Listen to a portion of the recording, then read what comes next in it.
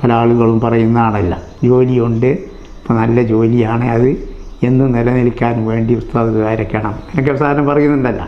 അപ്പോൾ അല്ലാഹു തആല ചെയ്ത് തന്ന നിഅമത്തുകളിൽ നിന്ന് ആ നിഅമത്തുകൾ എന്നും നിലനിൽക്കുവാനുള്ള ഒരു ദുആ റസൂലുള്ളാഹി സ്വല്ലല്ലാഹു അലൈഹി വസല്ലം പറഞ്ഞു, മൻ അൻഅമല്ലാഹു നിഅമത്തൻ അലൈഹി നിഅമത്തൻ ഫഅറാദ ബഖാഅഹ.